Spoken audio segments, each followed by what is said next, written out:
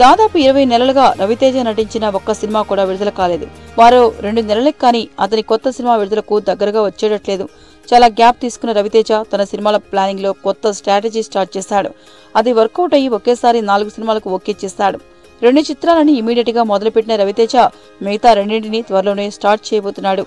ఇన్ని సినిమాలు ఒకేసారి స్టార్ట్ చేయడం వరకు ఓకే, కానీ ఇంత గ్యాప్ తర్వాత ముందుగా రిలీజ్ చేసే సినిమా ఎలాగుండాలి, ఇన్నిట్లో ఫస్ట్ అవడానికి ఏ సినిమా అయితే బాగుంటుంది, ఈ విషయంపై బాగా ఆలోచించి తను అంధుడి పాత్ర పోషిస్తున్న రాజా ది గ్రేట్ చిత్రాన్ని ఫస్ట్ రిలీజ్ చేయాలని రవితేజ డిసైడ్ అయ్యాడు.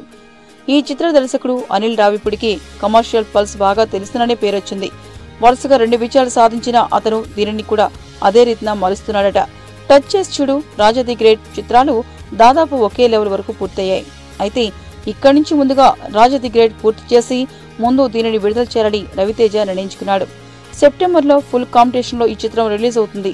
నిర్మాత దిల్ రాజు కనుక థియేటర్ల పరంగా కొరత ఏర్పడదు కనుక అటు స్టోరీ పరంగా ఇటు రిలీజ్ ప్లానింగ్ పరంగా ఇది బెస్ట్ ఆప్షన్ అని రవితేజ రాజాతో బ్లైండ్ గా వెళ్లిపోతున్నాడు. ఏంటండి, వీడియో నచ్చిందా? అయితే ఓ లైక్ వేసుకోండి, లేదంటే ఓ కామెంట్ చేయండి. ఎప్పటికప్పుడు మా వీడియోస్ చూడాలంటే సబ్స్క్రైబ్ చేసుకోండి.